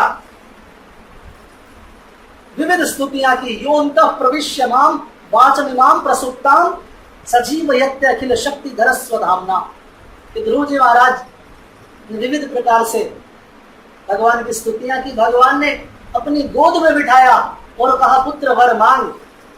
लेकिन भगवान की गोद में बैठने के बाद इच्छा भाव द्वेष किसके मन में रहता है? तो वही भाव आया जो गोस्वामी तुलसीदास ने कहा है, अब कछु नाथ न चाहिए मोरे दीन दयाल अनुग्रह तोरे। जैसे खेवट ने कहा था कि प्रभु अब मुझे कुछ नहीं चाहिए, आपके दर्शन हो गए, आपकी कृपा हो गई, अब क्या चाहूं। सुखदेव भगवान कह रहे हैं कि हे राजन, इस बात को याद रखो कि जहां पर कृपा राम की होए तहां पर कृपा करे हर कोई। जिस पर भगवान की कृपा होती है यह संसार अपने आप उस पर कृपा करता है, और जब उसकी कृपा नहीं होती तो गैरों की छोड़िए अपने भी दुत्कारते हैं, अपने भी साथ नहीं देते। तो इसीलिए यहां पर कह रहे हैं कि हे राजन, यस्य प्रसन्नो भगवान गुणै नैत्यादिभिर्हरि तस्मै नमन्ति भूतानि निम्न मापक इव स्वयं। तो यस्य प्रसन्नो, जिस पर भगवान प्रसन्न होता है यह संसार उस पर उसी प्रकार से कृपा करता है, स्वयं कृपा करता है, जैसे जल स्वयं नीचे की तरफ बहता हुआ जाता है। तो ध्रुव जी महाराज ने भगवान का भजन देखिए सबसे पहले अगर देखें तो श्रद्धावश नहीं किया था, मन में ग्लानि आई थी कि मेरी माँ ने मेरा अपमान कर दिया। तो ध्रुव सगलानि जपेउ हरि नामु, पावा अचल अनुपम ठामु। केवल ग्लानि से बजा तो भी भगवान की इतनी कृपा हुई। 36,000 वर्ष तक शासन किया। इसी वंश में अनेक धर्मात्मा राजा हुए, अंग वेन आदि। इस पूरी परंपरा को बताया, पुरंजन आख्यान को कहकर कि समझाया कि किस प्रकार से यह जीव इस संसार में पड़ा रहता है और अविज्ञात परमात्मा को नहीं पहचान पाता। पुरंजन आख्यान के माध्यम से इस पूरी प्रक्रिया को, इस पूरे वंश को कहकर भूगोल खगोल सारा समझाया कि एक सुंदर एक पूरी परंपरा को कहकर जब भूगोल खगोल का वर्णन किया तो सारी प्रक्रिया को समझाया। उसके पश्चात 28 प्रकार की नरकों का वर्णन किया है। और जब 28 प्रकार के नरकों का वर्णन आया, क्योंकि देखिए कथा बड़ी लंबी है, लेकिन केवल इसे संक्षिप्त भाव से कह रहे हैं क्योंकि प्रसंग बहुत हैं, क्योंकि लंबी प्रक्रिया है। यह वंश वर्णन पूरा बहुत लंबा है, केवल संक्षेप में इसे कह रहे हैं। केवल पुरंजन आख्यान को स्पर्श किया। तो जब 28 प्रकार के नरकों का वर्णन किया, राजा परीक्षित डर गए। हे प्रभु, इतनी यातनाएं मिलती हैं कि जब रोरो तामिश्र वज्रतुंड आदि नरकों का वर्णन किया तो प्रार्थना किया कि हे प्रभु, कि क्या कोई सरल मार्ग नहीं है कि जिससे आराम से वैकुंठ की प्राप्ति हो जाए, मुक्ति हो जाए, भगवान मिल जाए। तो सुखदेव जी बोले, हे राजन, केचित केवल या भक्त्या वसुदेव परायण अधमवंती कासनेन निहारतीव भास्कर। कि एक मार्ग ऐसा भी है जिसमें भक्ति से, भगवान के नाम स्मरण से उसी प्रकार से ईश्वर का दर्शन होता है जैसे ओस के छटने पर भगवान सूर्य का दर्शन होता है। तो क्या नाम मात्र से, क्या प्रभु के नाम स्मरण मात्र से, नाम लेने से भी कल्याण हो सकता है? कहा हाँ। तो कहा प्रभु कोई ऐसा उदाहरण भी है कि कोई कहे अरे नाम लेने से सब कुछ हो सकता है? तो हमारे मन में ये भी प्रश्न होगा कि किसका कल्याण हुआ है, किसी का बताइए। तो वही प्रश्न किया है कि क्या किसी का केवल नाम से भी कल्याण हुआ है? तो सुखदेव जी महाराज कह रहे हैं कि हे राजन, कि भगवान की भक्ति, भगवान का नाम, ईश्वर का नाम उस करंट की तरह है, अगर उसको कोई भी स्पर्श करेगा तो झटका लगेगा ही लगेगा। कि जिस प्रकार से विष को जो पिएगा तो विष असर करे ही करेगा, तो भगवान का नाम भी ऐसा ही है, उसकी प्रकृति ही कल्याण की है। अगर कोई नाम लेगा तो कल्याण होगा ही, चाहे वह किसी भी भाव से ले। तो कहा प्रभु किसका कल्याण हुआ है? तो यहाँ पर एक पापी अजामिल की कथा आई कि बड़ा ही पापी था, बाल्यकाल से लेकर युवावस्था तक आजीवन चोरी की, वैश्यागमन किया, उन्हीं वैश्याओं को घर में ले आया, लूटने का काम करता, साधु संतों को लूट लेता, लोगों की संपत्तियां छीन लेता, मार देता। लेकिन जब ईश्वर की कृपा होती है, कुछ भला होता है, तो कोई ना कोई माध्यम बनता ही है। संयोग से इसी पापी अजामिल के यहां एक दिन कुछ साधु संत आए। एक वैश्या जिसको अजामिल ने अपनी पत्नी बनाया था, उस घर में भिक्षा की याचना की साधु ने। उस वैश्या ने कहा, प्रभु हमारे घर की भिक्षा कोई नहीं लेता।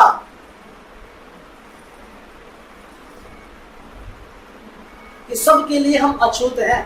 संतों ने कहा कि हमारे लिए सब बराबर है, कि देवी हम भोजन करेंगे। तो अजामिल, पापी अजामिल की पत्नी,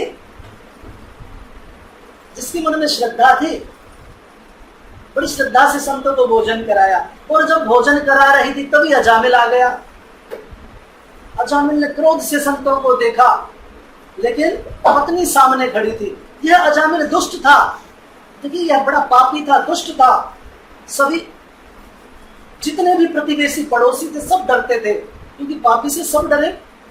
जो दुष्ट व्यक्ति होता है, जिसके भी बगल में रहेगा सब डरेंगे उससे, कि कहीं कोई नुकसान न कर दे। कि सभी इससे डरते हैं, लेकिन यह दुष्ट अगर किसी से डरता है तो अपनी पत्नी से डरता है, केवल अपनी पत्नी से डरता है महाराज। जैसा समाज में देखते हैं अच्छे अच्छे लोग जो समाज में बड़ी बड़ी फेंकते हैं और जिनकी चलती भी है, सब डरते हैं उनसे, लेकिन स्वयं वो पत्नी से डरते हैं। तो डर भी लेना चाहिए, कोई बात नहीं, डरने में कोई बुराई नहीं है। अगर डर कर घर सही चलता हो तो कोई प्रॉब्लम नहीं है। तो यह अपनी पत्नी के डर से नहीं बोल रहा है, बड़ा मन में क्रोध आ रहा है, कोई बात नहीं।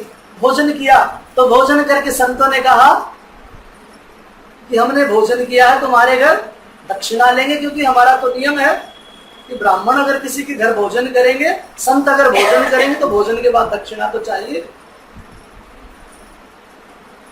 तो अजामिल क्योंकि पापी था, रुका नहीं गया, कितनी देर न बोले। तो कहा कि हे संत महात्माओं, अभी तक मैंने तुम्हारे ये कमंडल नहीं छीने, मालाएं नहीं छीनी, यही दक्षिणा है महाराज। मैं तो लुटेरा हूं, लूट लेता हूं, मार देता हूं। ये जो अभी तक आपके तन पे वस्त्र है, यही दक्षिणा है, मुझसे दक्षिणा की अपेक्षा करते हो।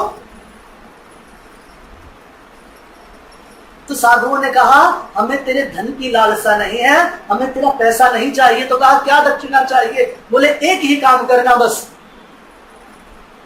कि तुझे पुत्र होगा और उस पुत्र का नाम नारायण रखना।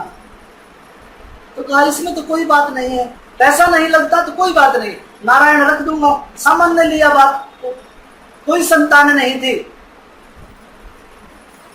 ये प्रसंगों में अंतर आता है, अलग अलग कथाएं आती हैं।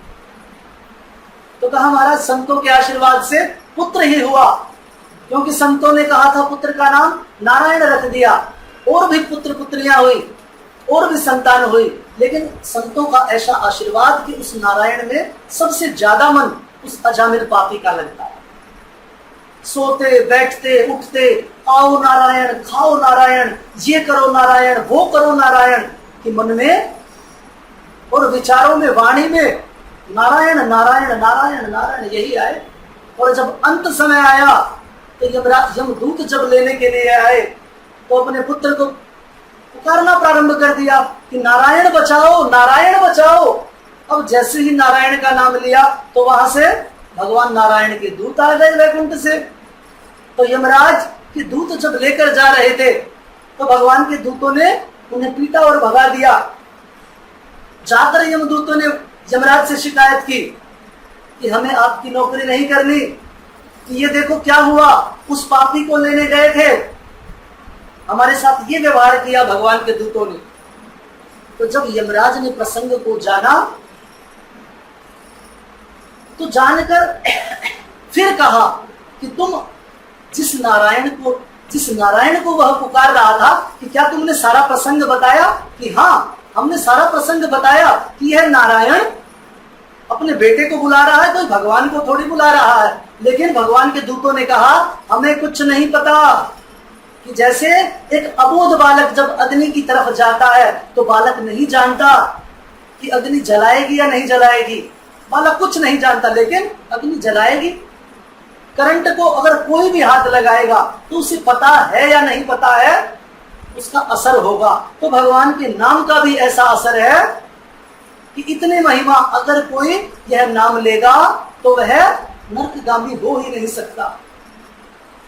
तो अपने पार्षदों को यमराज ने समझाया कि यह नाम जोर से न लो, अन्यथा यह पूरी यमपुरी खाली हो जाएगी। ऐसा नारायण का प्रभाव। तो आज यहीं पर कथा को विश्राम देते हैं।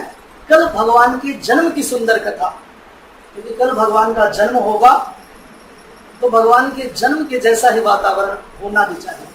वृंदावन बिहारी, जैसा हम अपने घर में बच्चे का जन्म उत्सव करते हैं वैसा ही वातावरण हो।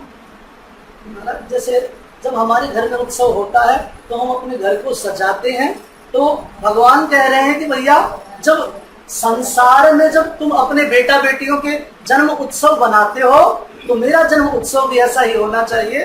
तो महाराज अच्छी तरह से सब कुछ भगवान के जन्म की पूरी अच्छे से तैयारी करें। जैसे हम जन्म उत्सव में जाते हैं कि अच्छी तरह तैयार होकर लाल पीले वस्त्र पहनकर, वैसे तो हम सभी रहते ही हैं, लेकिन फिर भी कल जन्म उत्सव के हिसाब से, कल ऐसे नहीं चलेगा महाराज। तो जैसा उत्सव हमारे घर में होता है वैसा ही भगवान का उत्सव कल हम सब मनाएंगे। तो नारायण नाम की महिमा हमने गाई। इसी नारायण नाम का 2 मिनट संकीर्तन करके कथा को विश्राम। श्रीमन नारायण नारायण नारायण, श्रीमन नारायण नारायण नारायण, श्रीमन नारायण नारायण नारायण, श्रीमन नारायण नारायण नारायण, श्रीमन नारायण नारायण नारायण, श्रीमन नारायण नारायण नारायण, आओ नारायण नारायण नारायण, बैठो नारायण नारायण नारायण। वृंदावन बिहारी लाल की जय हो।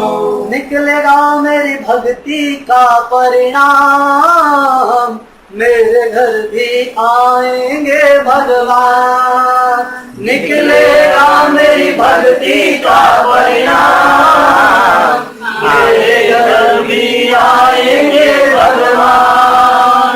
निकलेगा मेरी भक्ति का परिणाम, मेरे घर भी आएंगे भगवान। बस याद कर फरियाद कर, बस याद कर फरियाद कर, ना यूं जीवन बर्बाद कर, बीते दिन लौट न आएंगे। राधे राधे बोल श्याम आएंगे, आएंगे श्याम आएंगे। राधे राधे बोल श्याम आएंगे, आएंगे श्याम आएंगे। राधे राधे बोल श्याम आएंगे, आएंगे श्याम आएंगे। निकलेगा तेरी भक्ति का परिणाम, तेरे घर भी आएंगे भगवान। बस याद कर फरियाद कर, ना यूं जीवन बर्बाद कर, बीते दिन लौट न आएंगे। राधे राधे बोल श्याम आएंगे, आएंगे श्याम आएंगे। राधे राधे बोल श्याम आएंगे, आएंगे श्याम आएंगे। वृंदावन कहाँ दूर है, अज बरसाना कहाँ दूर है। वृंदावन कहाँ दूर है, अज बरसाना कहाँ दूर है। सब तेरी नजर का कसूर है। राधे राधे बोल श्याम आएंगे, आएंगे श्याम आएंगे। राधे राधे बोल श्याम आएंगे, आएंगे श्याम आएंगे। लाखों में किसी एक को चुनते हैं, अंदर की आवाज को सुनते हैं। लाखों में किसी एक को चुनते हैं, अंदर की आवाज को सुनते हैं। ये लाखों में किसी एक को चुनना ऐसा क्यों कहा? क्योंकि देखिए हम सब अपने घरों में संकीर्तन कराते हैं, छोटे छोटे कार्यक्रम बहुत बड़े से बड़ा कार्यक्रम कराते हैं, लेकिन श्रीमद् भागवत सप्ताह पुराण यज्ञ का अनुष्ठान जिसके घर में होता है, भगवान साक्षात विराजमान हो जाते हैं।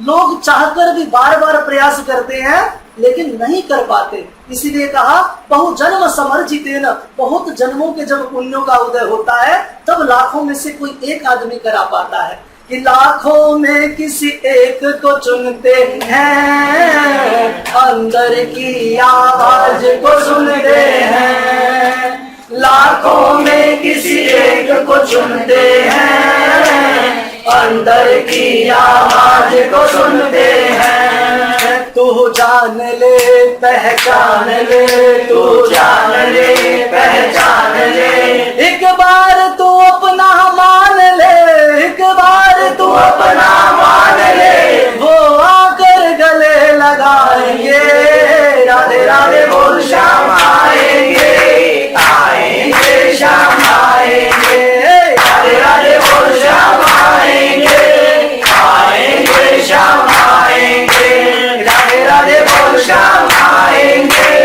आएंगे श्याम आएंगे। वृंदावन बिहारी लाल की जय।